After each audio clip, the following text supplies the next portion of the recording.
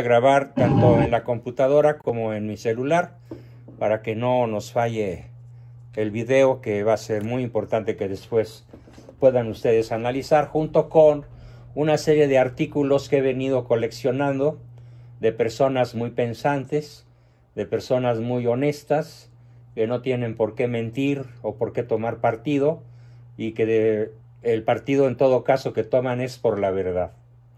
Y quiero comenzar esta sesión este viernes 25 de febrero del 2022 con un aforismo muy conocido en el mundo militar, en el mundo del periodismo y en general en pues, las personas que son truchas en ese tipo de temas. Y este aforismo dice que la primer baja, así la primer muerte al haber una guerra, sobre todo de ese tamaño, es la verdad. Es lo primero que se muere, lo primero que es asesinado, la verdad. ¿Por qué? Porque la guerra principalmente tiene lugar en una atmósfera, en un universo de mentiras. ¿Cómo se puede ganar una guerra? Pues les voy a poner un ejemplo muy sencillo, pero muy dramático, y que es el punto de partida en realidad de lo que hoy nos está sucediendo. ¿Qué sucedió cuando Napoleón perdió la batalla de Waterloo? Bueno, nadie sabía en toda Europa, más que los soldados involucrados y los oficiales involucrados, pues que se había perdido la batalla de Waterloo. Y nadie la sabía porque no había telégrafo, ¿sí? No había trenes, no había más que caballos y caballeros que pudieran montarlos. Y así fue como sucedió que los espías sionistas, los espías de la banca mundial que estaban en ambos ejércitos sin combatir, únicamente como espías, montaron en sus caballos y partieron a galope al puerto más cercano en Francia, Calais, y ahí tomaron una embarcación y llegaron al puerto inglés más cercano, Londres, y contaron la historia del triunfo de Napoleón en Waterloo. Ojo, el triunfo de Napoleón en Waterloo. Esta gigantesca mentira fue reproducida hasta la saciedad durante 8 días por la prensa inglesa. Y el resultado fue catastrófico. Claro, los capitostes de la prensa inglesa bien sabían que era una mentira, pero estaban en connivencia con los dueños del dinero. ¿Qué hicieron los dueños del dinero? Pues las acciones que valían, por así decirlo, 25 libras esterlinas, pues se desplomaron al 99% de desplome y quedaron valiendo un chelín, ¿sí? O una libra, o centavitos. Toda la bolsa quebró. Estamos hablando de acciones de empresas en la India, el Medio Oriente, en África, en toda Europa, de aquella época, ¿sí? Y entonces, una vez que se desplomó todo, ¿qué hicieron los dueños del dinero? Pues compraron todo, ¿no? Compraron todas las acciones de las empresas más importantes de la Tierra. Unos días después de la derrota de Napoleón en Waterloo. Cuando se supo la derrota de Napoleón y que los espías habían dicho puras mentiras, pues los dueños del dinero ya estaban embarcados en varios barcos que llegaron a las costas de Nueva York, que entonces era un poblacho grande, pero feo y primitivo, y ahí fundaron el Citigroup, el Bank of America, el BlackRock y toda la banca mundial. La banca mundial arranca con una inmensa mentira. La victoria de Napoleón, ¿sí?, en Waterloo, cuando había sido exactamente al revés. ¿Y qué fue lo que motivó el pánico en Inglaterra? Pues ahí viene Napoleón, porque además eso dijeron los espías. Va a invadir Inglaterra. Napoleón es invencible, es imparable. Con esa gigantesca mentira, quiero iniciar esta sesión para que entiendan que en estos momentos lo que nos está diciendo la prensa puede ser una gigantesca mentira o una colección de mentiras. Por ejemplo, yo he detectado ya varias mentiras. La primera mentira que detecto es que un tanque ruso pasa por encima de un pobre ciudadano ucraniano, aplasta el auto al subirse en el auto y luego al retroceder y dejarlo convertido en chatarra. Y milagrosamente, un ancianito que lo iba manejando queda vivo. Algunos dicen, algunos comentaristas dicen que llevaba en sus manos el Santo Rosario, que iba rezando. Bueno, eso puede ser creíble, porque cómo salvó la vida y se ve. Hay un video en donde se ve cómo el tanque lo aplasta 2 veces. Y el señor, ya adentrado en años, queda vivo. Eso es cierto, pero ¿dónde está la mentira? Que no fue un tanque ruso, fue un tanque ucraniano. El ejército ucraniano tiene la orden de atacar a los civiles ucranianos y luego mostrarle al mundo la crueldad brutal del dictador Vladimir Putin. Es decir, esa es una primera gran mentira, porque la declaración inmediatamente posterior a este suceso del tanque que aplasta el auto de un civil ucraniano, sale el general en jefe del ejército invasor ruso a decir: nosotros no estamos disparando, no estamos causando bajas en la población civil. Todos nuestros misiles van a encaminarse a un solo objetivo, que es la desmilitarización de Ucrania. O sea, solo hay objetivos militares. Y lo explica ampliamente. Lo documenta y hasta donde yo veo es creíble. Hay que entender entonces que se trata de una guerra que puede durar muy poco. Sin embargo, la guerra que puede durar mucho es la guerra informática. Es la guerra económica. Porque, por ejemplo, ya los capitales de Vladimir Putin, los capitales de sus aliados principales, de los miembros de su gabinete, pues ya no tienen código SWIFT. Es decir, ya no pueden hacer transacciones internacionales. Ya no pueden comprar ni vender nada fuera de Rusia. Entonces, la guerra va a continuar en donde los Estados Unidos y los israelitas realmente tienen su poderío. ¿Dónde está el poderío occidental en contra de Rusia? En la informática y en la economía.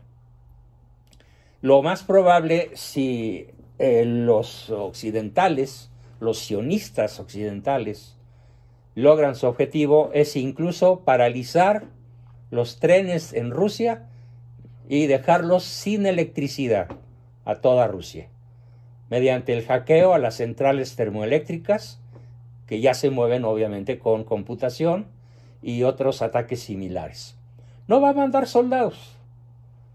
Entonces nos dejaron solos, que exclama Zelensky, el jerarca ucraniano, que en realidad es un títere de Occidente. Y ahorita voy a explicar por qué. Pues no lo dejaron solos. La guerra de los sionistas no va por el lado militar. No son nada tontos. Una guerra convencional de tanques, pues sería absolutamente absurda, porque ¿cómo van a lograr colocar en Europa tantos tanques como tienen los rusos? Además de que los tanques rusos son los más avanzados del planeta. Los tanques rusos tienen una particularidad que ustedes deben saber. Cuando viene un misil a atacar a un tanque, el tanque tiene la capacidad de destruir hasta 30 misiles por segundo. O sea, es una fuerza la militar rusa en sus tanques, impensable. Yo diría el famoso término inconmensurable. Entonces, sí, los sionistas saben que una confrontación militar con el ejército de Vladimir Putin, que ya tiene en Ucrania 130,000 hombres, es un absurdo. Pero ¿qué tal la guerra informática y qué tal la guerra económica? Entonces, ¿qué va a pasar? Ahí está el verdadero drama. A ver, ¿cuándo es más peligroso un animal salvaje? Cuando está herido. Entonces, las limitaciones que Occidente, que el mundo sionista está colocando encima de Rusia, equivalen a un dragón herido. Lo están haciendo más peligroso. No lo están derrotando, lo están haciendo tremendamente peligroso. Entonces, ¿qué es lo que puede esperar el planeta con esta manera de hacer la guerra por parte del sionismo? Ahora hay que entender qué es el sionismo. Ya lo he dicho alguna vez en el grupo, pero pues veo que hay muchísimos participantes que probablemente es la primera vez que nos asisten, que están por aquí, y pues vale la pena explicárselos. El sionismo es un movimiento geopolítico, es un movimiento ideológico, es un movimiento religioso que arranca en los más antiguos albores de la historia universal. Partiendo de la base, les recomiendo que lean el Génesis, por favor, y que vean todas las promesas que constantemente Dios, Yahvé, le hace a Abraham, a Isaac, a Jacob, principalmente a esos tres líderes israelitas. Y les dice, y la Biblia así lo consigna, yo te haré el padre de tantas naciones que poseerán la tierra. Y muchos párrafos en diferentes momentos del Génesis, unos dirigidos a Abraham, otros dirigidos a Jacob, otros dirigidos a Isaac, Dios le hace la misma promesa de que serán los padres de grandes naciones, que poseerán la tierra, que sus descendientes serán tan numerosos como las arenas del mar y las estrellas del cielo. Y el sionismo consiste en que toman literalmente esa promesa de Yahvé en el sentido de que Dios, Padre, nos escrituró el planeta Tierra. Es literal. El pensamiento central sionista, basándose en el Génesis, es entonces de origen israelita, de origen judío, aunque obviamente esa declaración no debe tomárseme como que soy antijudío, ¿no? De ninguna manera, nuestro Señor es judío.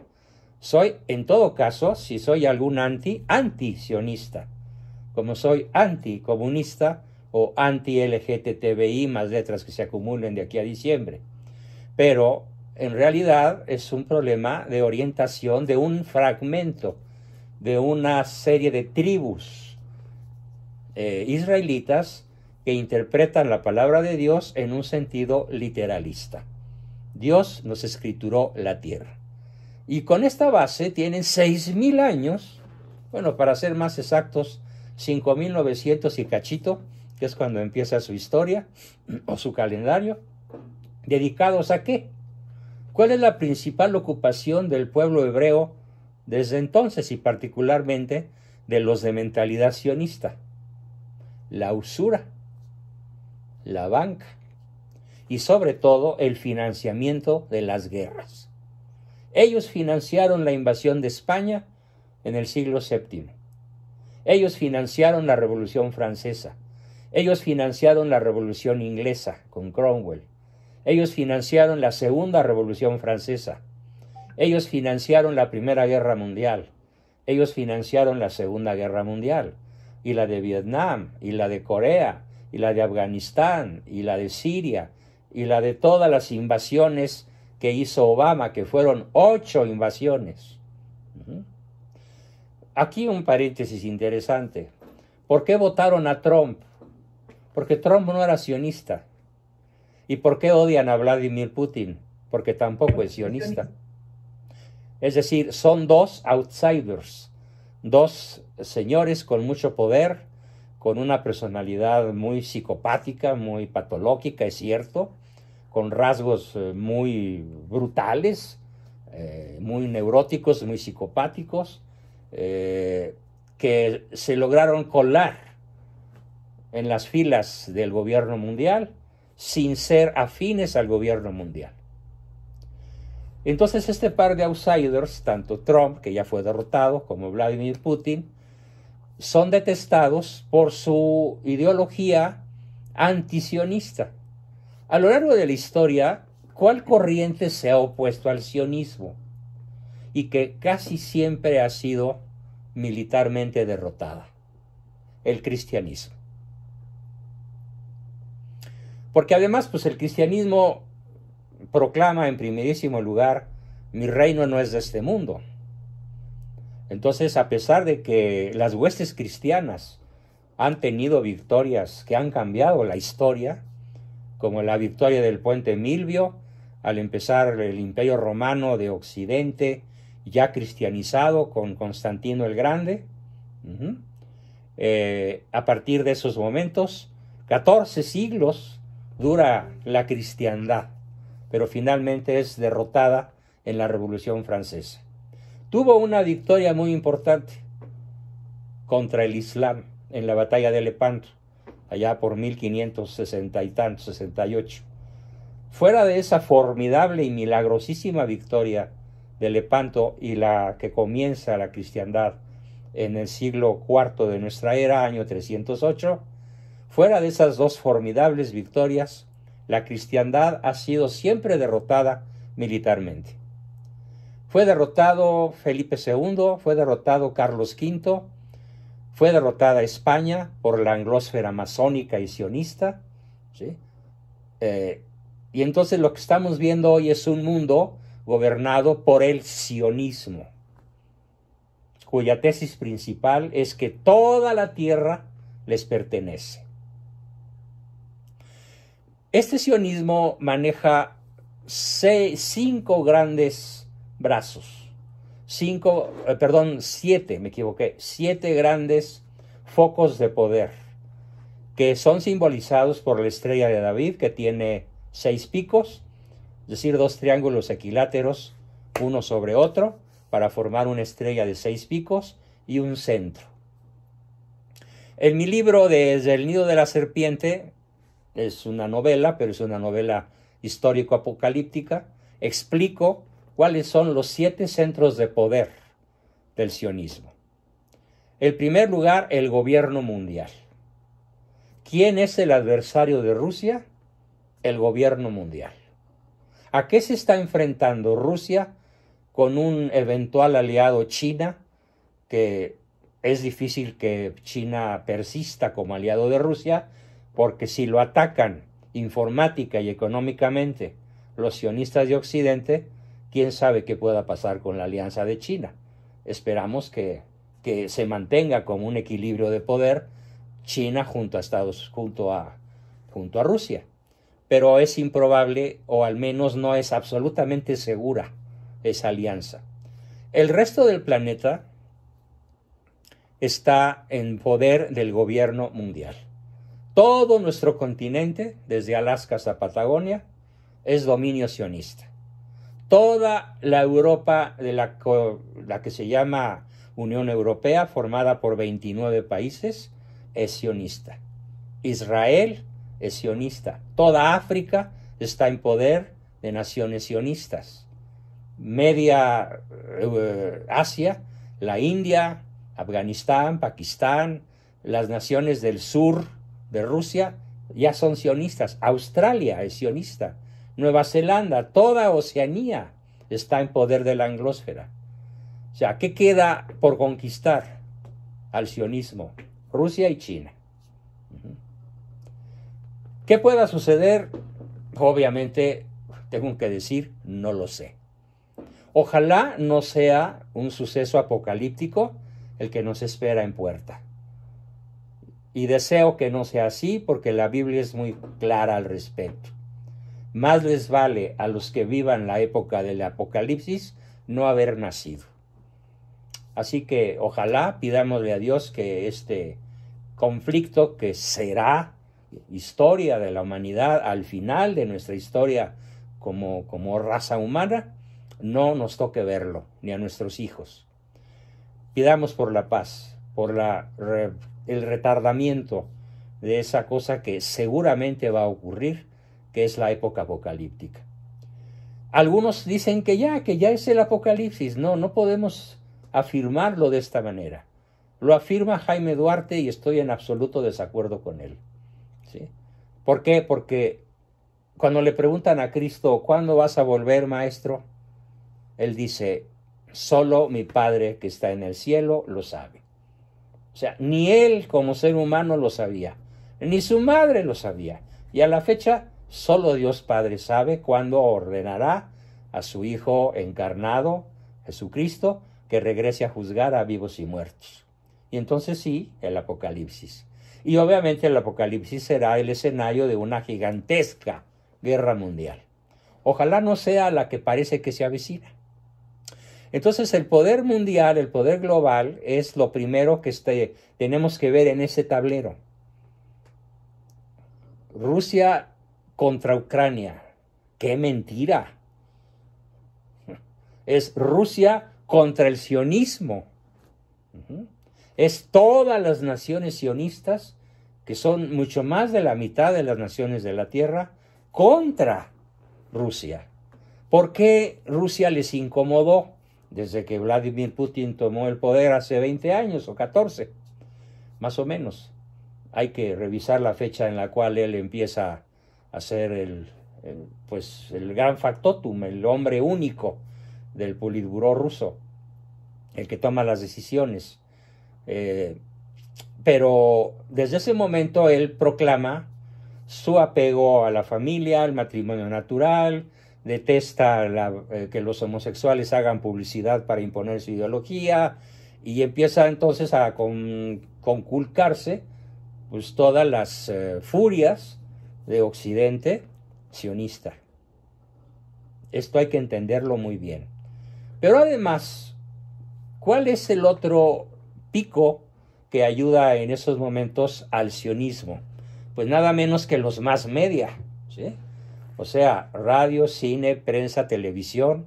¿Qué nos están diciendo? Pues un montón de mentiras. Hablan del Excelsior, hablan del Universal, el Financiero, cualquier diario nos está llenando de mentiras. Créanle menos de la mitad o nada. ¿A quiénes hay que creer? Bueno, pues a los corresponsales que logran meter un video por ahí en internet y que antes de que lo bajen hay que verlo, ¿sí?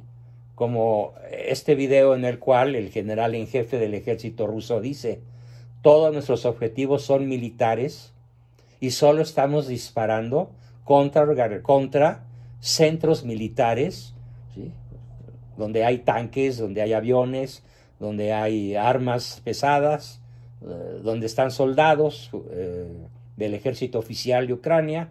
Solo se está disparando contra ellos. No hacemos la guerra a los civiles, porque los civiles ucranianos son nuestros hermanos. ¿Sí? ¿Será mentira? No lo creo. Porque toda la prensa lo contradice. ¿Sí? La prensa sionista lo contradice. Así que el primer muerto en la guerra, pues es la verdad. Sin embargo, hay destellos de verdad, como esta declaración del general en jefe ruso. Los más media juegan a favor del sionismo. El ejército global, o sea, la OTAN. Si la OTAN hubiera querido impedir la invasión a Ucrania, se hubieran preparado desde que Vladimir Putin empezó el conflicto en el 2014, con la invasión a Crimea. Era previsible, lo dicen los grandes geopolíticos especialistas en el tema.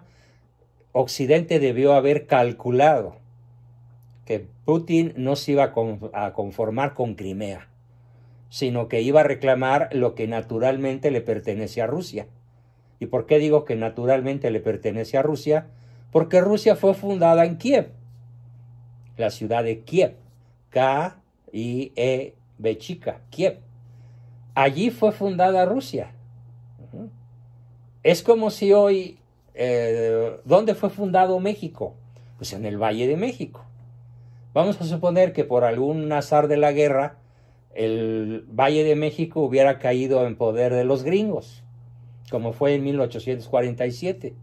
Bueno, pues en estos momentos México estaría reclamando la devolución del Valle de México porque es su lugar fundacional. Pues el lugar fundacional de Rusia es Kiev y por lo tanto Ucrania. Ucrania es rusa. La historia lo dice, eso no está a discusión. Sí, claro, no va a faltar el periodista que intenta disimular este dato duro, que intenta ocultarlo, que intenta echar sus mentirotas. Lo vamos a ver, ¿sí? El siguiente, entonces, si el ejército global, el ejército de la OTAN, hubiera querido, hubiera impedido la invasión, acumulando todo el poder militar necesario en las fronteras con Ucrania del lado occidental, lo que es Polonia, Hungría, Checoslovaquia, Bulgaria, los países del este que colindan con Ucrania, hubieran llegado a esos lugares cantidades suficientes de armamento para impedirle a Vladimir Putin invadir Ucrania. No lo hicieron. Y ahora Zelensky, el presidente ucraniano, que es un payaso, un títere de Occidente, dice, nos dejaron solos. Otra gran mentira. La guerra va a seguir desde el punto de vista sionista con la informática y la economía, aunque no disparen un tiro. Y yo les aseguro que es más poderosa la agresión económica y la agresión informática a gran escala que la agresión militar. Y obviamente sí les digo para tranquilidad de todos que ni unos ni otros tienen en su pensamiento el uso de armas atómicas, por una sencillísima razón. Porque de ocuparse un solo lanzamiento en cualquier lugar de la Tierra, es instantáneamente visto por los miles de satélites militares que espían los movimientos militares de todos los adversarios potenciales, e incluyendo de los aliados, por si a algún aliado se le ocurriese apretar el botón de un misil atómico. ¿Y por qué? Porque los militares dicen que eso es imposible porque vendría un fenómeno que se llama DMA, destrucción mutua asegurada. ¿Quién quiere una destrucción mutua asegurada? Obviamente, absolutamente nadie. El riesgo de una conflagración nuclear es irrelevante, es lejano y posiblemente en la época apocalíptica pudiera ocurrir, pero no en esta guerra, que es básicamente por el lado sionista, informática y económica, y por el lado ruso, militar. Y es una ofensiva tan fulgurante que, como les decía yo antes de la charla, Kiev, la capital de Ucrania, hace 4 o 5 horas que ya cayó en poder del ejército ruso.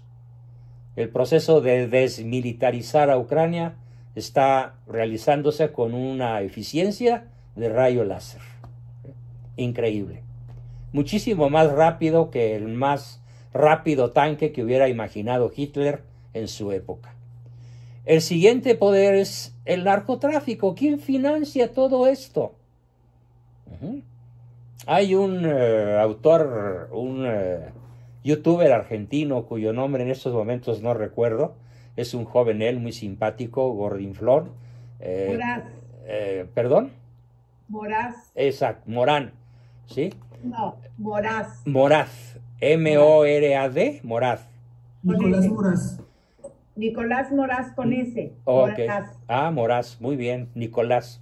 Pues él hace un estudio formidable sobre el malo y lo estudia como un narcotraficante de altísimo nivel. ¿Sí? ¿Quiénes son los grandes jefes del narcotráfico? Pues los grandes gobernantes de la tierra. O sea, ¿cuál sería el principal gobernante narcotraficante? Pues Joe Biden. ¿Y a quién está supeditado malo? Pues a Joe Biden. Y es el que recibe las instrucciones para que por aquí sí, por acá no, y ahora pescas a fulano, y ahora lo mandas, lo metes a la cárcel, y ahora lo ejecutas, y esta vía déjamela libre, y aquí están los túneles a tu servicio. ¿Sí? ¿Por qué? Pues simplemente piensen ustedes.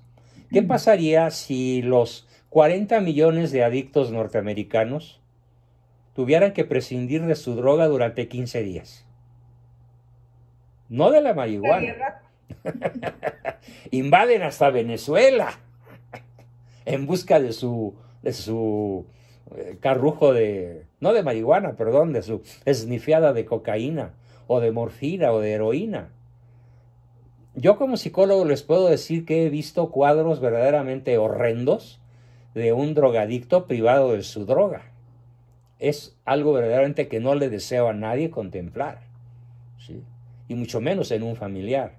Es algo verdaderamente que parece posesión diabólica, aunque no lo sea, ¿sí?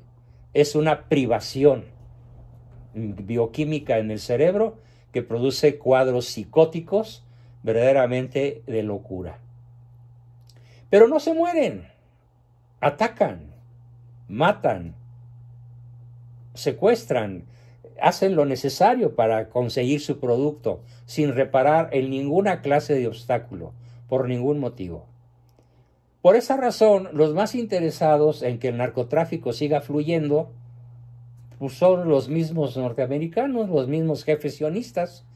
Y luego tenemos al centro de financiamiento principal, la banca mundial. A ver, el tesoro ruso está formado por 600,000 millones de dólares y los tienen en el Banco Central. Y ya fueron capturados por los sionistas.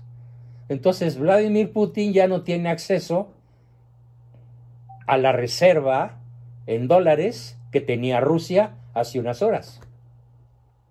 Pero hay que considerar que Vladimir Putin, como buen ajedrecista, probablemente eso ya lo hubiera contemplado. Y es muy probable que esté basándose en el oro ruso. Exacto. El oro ruso tiene una historia increíble. Nada más les voy a dar un dato. Todo el oro de España, estamos hablando de miles de toneladas de oro del Banco Central de España, fue a parar a Rusia en la Guerra Civil Española. Así que si hay oro es en Rusia. Entonces, obviamente Vladimir Putin sabe, me van a bloquear las cuentas. El código SWIFT, SWITFT, SWIFT, me van a bloquear las cuentas, pero tengo oro. ¿Sí? También tienen de Venezuela. También tienen el de Venezuela, ¿sí? Entonces, el asunto es, hay un equilibrio de fuerzas brutal, pero del lado sionista está el financiamiento del narcotráfico, que solo en América Latina tiene un peso de 600,000 millones de dólares al año. Solo también tienen el oro nazi. También tienen el oro nazi y los tesoros nazis, por supuesto, ganados en la Segunda Guerra Mundial. Buena aportación. El siguiente pico es, pues, todos los medios educativos, todas las universidades, todos los colegios, ¿sí? Tienen una verdad única. ¿Sí? ¿Cuál? Pues la que dice la prensa, la que dice el gobierno, la verdad oficialista. Y al centro de todo este monstruo de 6 picos, pues tenemos la masonería eclesiástica, con Alemania a la cabeza, exigiendo por parte de sus purpurados el matrimonio gay, la comunión a los divorciados y cuanta barbaridad se les pueda ocurrir, al grado que ya los obispos poloneses no les gusta que les digamos polacos, les gusta que les digamos poloneses, le dieron una formidable regañada. El principal obispo polonés escribe una carta poderosísima exigiéndole a los obispos alemanes que se alineen con el Evangelio, porque lo que están predicando no es el Evangelio de Cristo, sino un invento de ellos. Este es el escenario global. Contra esto está peleando Rusia. Contra el gobierno mundial, contra los mass media, contra el ejército de la OTAN, contra la banca mundial, contra la mente de los estudiantes y contra la masonería eclesiástica. ¿Cuál sería mi deseo? Mi deseo sería, pues, que Rusia recupere su territorio. Bueno, vamos a hablar de algo que podría suceder en México. ¿Qué pasaría si México fuera una potencia militar ahorita, equiparable a Rusia? ¿Qué acaso no sería factible recuperar California, Nuevo México, Arizona, Texas y parte de lo que queda cerca de Florida? Pues claro que sería, cuando menos, la idea de algún gobernante que tuviera un poder similar. Y otra idea que es muy importante entender: ¿a qué se negó Putin? ¿Por qué estalló la guerra? Bueno, pues simplemente permítanme explicarme. Imaginen ustedes que Rusia decide poner misiles en la frontera con México. Estamos hablando de ciudades como Tijuana, El Paso, Ciudad Juárez, Nuevo Laredo, ¿cómo se llaman la que colinda con Bronzeville? Se me escapa en estos momentos. Matamoros. En todas esas ciudades aledañas a la frontera norteamericana, ¿sí?, una potencia extranjera, la misma Rusia, decide poner misiles para garantizar su seguridad. Pues sería una locura. Entonces, en la misma proporción, atención con esto, los Estados Unidos no tienen derecho, el mundo occidental no tiene derecho a poner misiles en la frontera con Rusia, en los países del este. Y estamos hablando de Ucrania, de Polonia, de Checoslovaquia, de Hungría y de todos los países que en algún momento estuvieron bajo el dominio de la bota rusa, en la ex Unión Soviética. Definitivamente Putin no quiere recuperar los estados nacionales que nunca fueron rusos, pero que sí estuvieron sometidos a la bota soviética. Yo estoy hablando de Hungría, Polonia, Checoslovaquia, Serbia, Yugoslavia, bueno, la antigua Yugoslavia, parte de los Balcanes. No, él simplemente quiere lo siguiente. Aquí cedo la palabra a un crítico muy agudo, muy veraz, de apellido Meschoulan, no sé si se lo pronuncié bien, pero así se escribe, Meschoulan, que nos dice: si Rusia consigue los objetivos de su intervención militar, habrá garantizado por lo pronto que Ucrania no forme parte de la OTAN. Traducción: habrá logrado que Rusia no ponga misiles en la frontera con Estados Unidos. ¿Sí me expliqué? Ese es el equivalente, ¿sí? O sea, que Rusia no quiera que Ucrania forme parte de la OTAN garantiza que en su territorio cercano, en el más cercano y en la frontera más grande que tiene en Occidente, no haya fuerzas que amenacen la seguridad de Rusia. Sería exactamente lo mismo que si Estados Unidos no quisiera que Rusia instalara fuerzas de ocupación, fuerzas de la OTAN en México y sobre todo en la frontera con los Estados Unidos, en las ciudades que ya mencioné. Será difícil pensar que esto ocurra en un futuro próximo.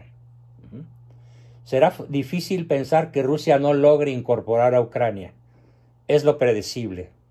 Con ello, Vladimir Putin habrá logrado su meta mayor: la incorporación o la recuperación de Ucrania al territorio ruso, a la égida rusa, así como sueña mexicano sueña, como sería la recuperación de todo el sur norteamericano por parte de fuerzas mexicanas.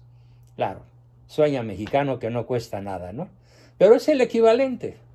Que Ucrania vuelva a ser de Rusia es la misma ecuación que California, Texas, Arizona y Nuevo México vuelvan a ser de México. Es lo mismo. Luego entonces Vladimir Putin en eso tiene la razón. ¿Sí? Claro que toda guerra es brutal, toda guerra tiene desventajas tremebundas. El juicio ético sobre la mente de Putin es muy difícil, no, más bien es imposible hacerlo, porque no lo conocemos. Él es un sujeto misterioso. Ciertamente este muchacho argentino hizo una biografía de Putin que resulta aterradora, sobre todo cuando nos narra cómo fue su mamá, cómo fue su papá, cómo fue su abuelo, cómo fue su abuela. Son historias de supervivencia verdaderamente asombrosas, de personajes que sufrieron terriblemente. Vladimir Putin incluso tuvo una niñez verdaderamente terrorífica, y toda su familia, sus padres y sus abuelos. Que haya troquelado la mente de Vladimir Putin para que él firme una orden ejecutiva de recuperar Ucrania, pues no lo sabemos. Caras vemos, corazones no sabemos. Además, como ya lo he sostenido a propósito de algunas discusiones con relación a la revocación de mandato, lo he sostenido cuando dije, ninguno de nosotros tiene autoridad moral para decir que fulana o fulano están cometiendo un pecado mortal.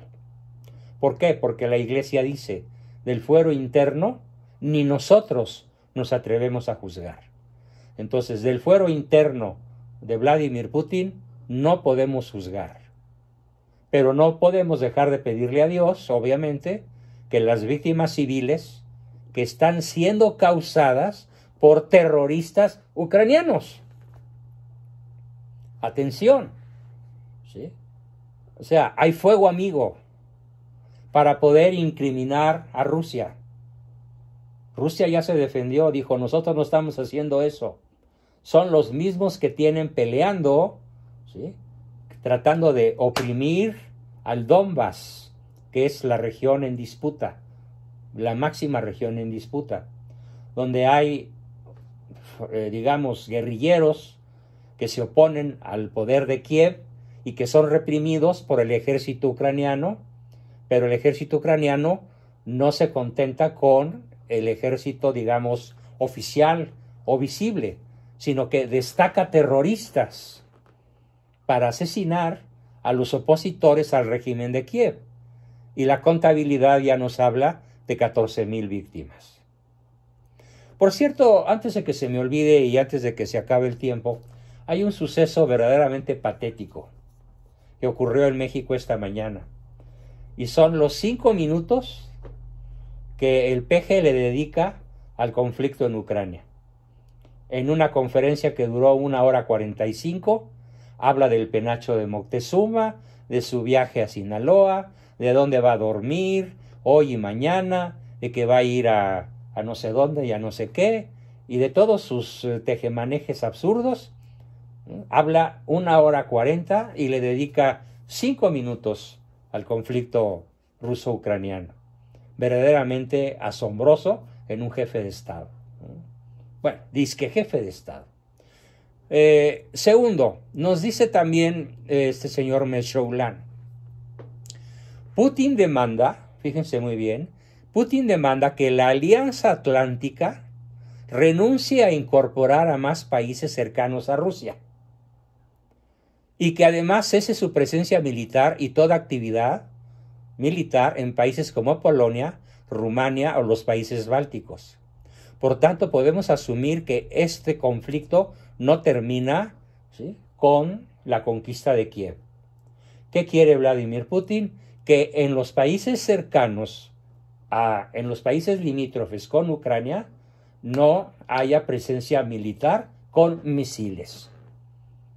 Que es lo mismo que Estados Unidos pediría que en la frontera con México no hubiera misiles rusos. Es una fórmula perfectamente simétrica. Eso es lo que está exigiendo Vladimir Putin. Punto número 3, llevamos 2. En ese sentido, con la operación militar en Ucrania, Putin está enviando un enorme mensaje, un poderosísimo mensaje a la fuerza de la OTAN, exhibiendo que no va a titubear en su absoluta determinación para conseguir sus intereses vitales. Intereses vitales. ¿Por qué? Porque Vladimir sabe muy bien cómo se las gasta el sionismo. A ver, recordemos cómo logró entrar Estados Unidos en la guerra entre España y los separatistas cubanos. Pues muy fácil. Los gringos hicieron explotar en el puerto de La Habana el principal crucero de combate de la Armada norteamericana, con 3,000 marinos en el interior, ¿sí?, de este barco, el Maine.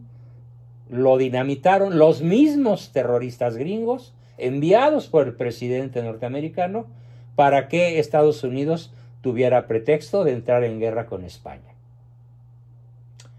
Caso 1, de muchos. Caso 2, ¿cómo entró Estados Unidos en la guerra?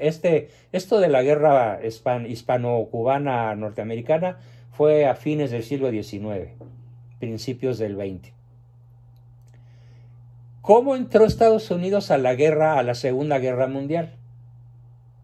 Dándoles a los japoneses la ubicación de su principal armada en el Pacífico, en Pearl Harbor. Y cuando los japoneses supieron, ¿sí?, por sus contraespionaje, dónde estaba la principal flota norteamericana en el Pacífico, bombardearon Pearl Harbor, matando a docenas de miles de civiles y de militares norteamericanos y hundiendo toda la flota. ¿Quién provocó el bombardeo? La inteligencia secreta sionista le da a Japón, mira, atácanos, ¿sí? Y los japoneses muerden el anzuelo, bombardean Pearl Harbor y entonces los Estados Unidos, el sionismo armado entra para derrotar a Hitler, que era otro outsider, era otro enemigo del sionismo, que cometió el terrible error, Hitler, dicho sea de paso, de no entender quién era su verdadero adversario. Nunca lo entendió Hitler, se murió, se suicidó sin saberlo. ¿Sí? Él creía que era el pueblo judío, no era el pueblo judío su verdadero adversario. Eran los gobiernos occidentales sionistas. Y era tan tonto, tan ingenuo, que Hitler manda a un gran militar alemán a negociar con el premier inglés. Y el premier inglés pesca a este señor y le da cárcel perpetua y 0 negociación. Así es el sionismo. Entonces, en ese sentido, pues, Putin tiene derecho a mantener sus exigencias tal y como las ha venido planteando sin concesiones desde hace 8 años.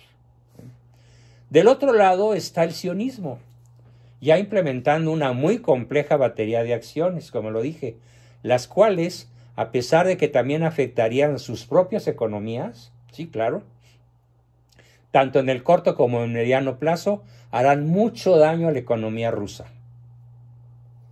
Pero no olvidemos que el sionismo, tiene la Fed. ¿Y qué es la Fed? Pues la que fabrica los dólares.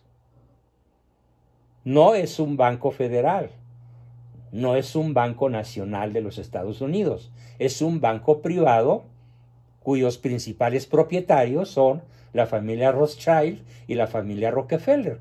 Así que por lana no paramos. Por más pérdidas que haya en el mundo sionista, ahí está la fábrica de dólares. Tantos cuantos sean necesarios para evitar el desplome. Lo hicieron con la pandemia. Repartieron dólares a diestra y siniestra, y qué bueno, porque evitaron el desplome de familias en concreto, y de pequeñas empresas, medianas y grandes empresas. Cuando menos eso lo hicieron bien, es aplaudible. También lo hicieron en Alemania, en Francia, en Italia. El único país que no protegió a sus empresas Pues ya lo México. sabemos, ¿no? Fue México. México. Que quiebren las que tengan que quebrar, dijo el bulto de Palacio. Entonces, de este lado, el bulto de Palacio. Sí. Le llamamos el bulto Germán en honor a aquella película de hace muchos años, de un tipo que sufre una catástrofe mental y despierta 20 o 40 años después y se comporta como si tuviera la edad de hace 40 años y se comporta como bulto, por eso la película se llama El Bulto. Y un comentarista de televisión por ahí, ¿cómo se llama este hombre? Le puso el bulto, está el bulto de Palacio, Ángel Verdugo. Bien, entonces, de este lado está Occidente implementando una serie de sanciones que van a afectar a México brutalmente. No quiero que nos espantemos. No sé cómo nos va a afectar, pero ya hay personas que están diciendo que al dispararse los precios del petróleo, se van a disparar obviamente los precios de la gasolina.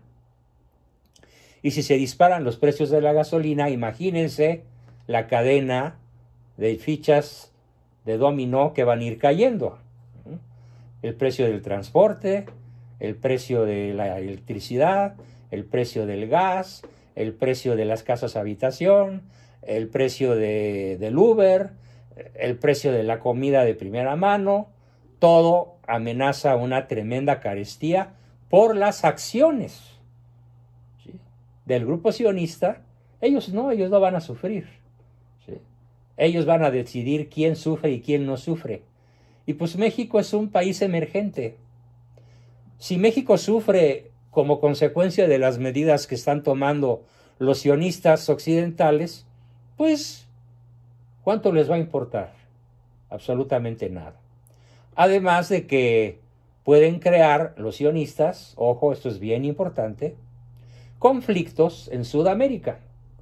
Porque Sudamérica, con Venezuela, con Bolivia, con Perú, este pobre país que tiene un sombrerudo analfabeta por presidente, yo no sé cómo lo fueron a escoger, pues son del bando soviético, son del bando ruso, y tienen conflictos fronterizos con Colombia y con Ecuador.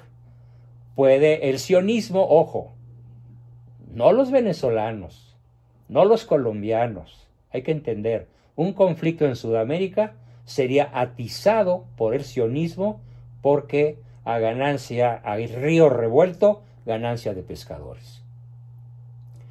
Eso puede suceder, pero no es seguro. Esto nos presenta una situación de enfrentamiento, ¿sí?, el enfrentamiento de las fuerzas militares rusas contra el occidente armado de la informática y de la economía, un equilibrio muy frágil, asumiendo que ninguna parte decida romper las líneas que se establezcan. Pero ¿qué tal si sí deciden romper las líneas? Dado ese equilibrio, es poco probable que el Kremlin decida amenazar a países miembros de la OTAN. Esto es muy tranquilizador.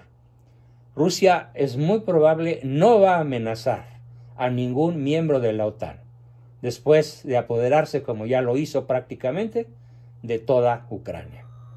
Mientras tanto, cada parte seguirá presionando al rival, y acaso en cierto punto se retornará a alguna forma de negociación. Ya por ahí Vladimir Putin dijo hoy que está dispuesto a negociar. Claro, sus tropas avanzan. Hay 30 focos militares que prácticamente ya fueron destruidos por los misiles de la Armada rusa. Desde el mar, desde el aire, desde tierra, tanques, aviones, artillería pesada, prácticamente Ucrania militarmente está derrotada. ¿Qué va a pasar en los próximos días? Ojalá se sienten a negociar. Putin está diciendo, estoy abierto a negociar. Y como ya lo dije, en esta negociación es muy claro, y yo espero que así sea, y si no es así, bueno, pues se lo pido a Dios, que en efecto, como lo dicen los grandes geopolíticos del momento, Rusia no tenga ningún interés en apropiarse o atacar a las naciones de la OTAN, sino quedarse con Ucrania y que el sionismo diga, pues ahora viene la guerra informática y la guerra económica. Y esa guerra es la que a mí realmente me preocupa. Es por la que realmente queremos exhortarnos todos a orar. Porque esa guerra económica, México sería una víctima.